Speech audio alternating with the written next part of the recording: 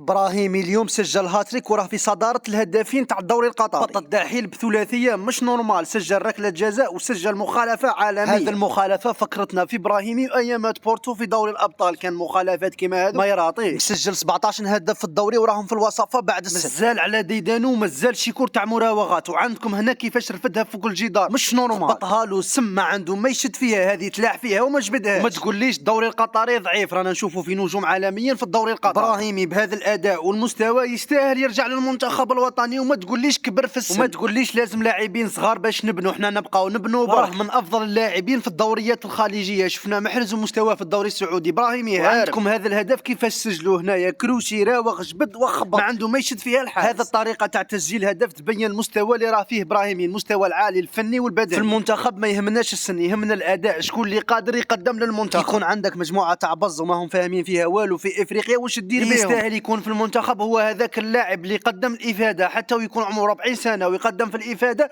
لازم يكون في المنتخب.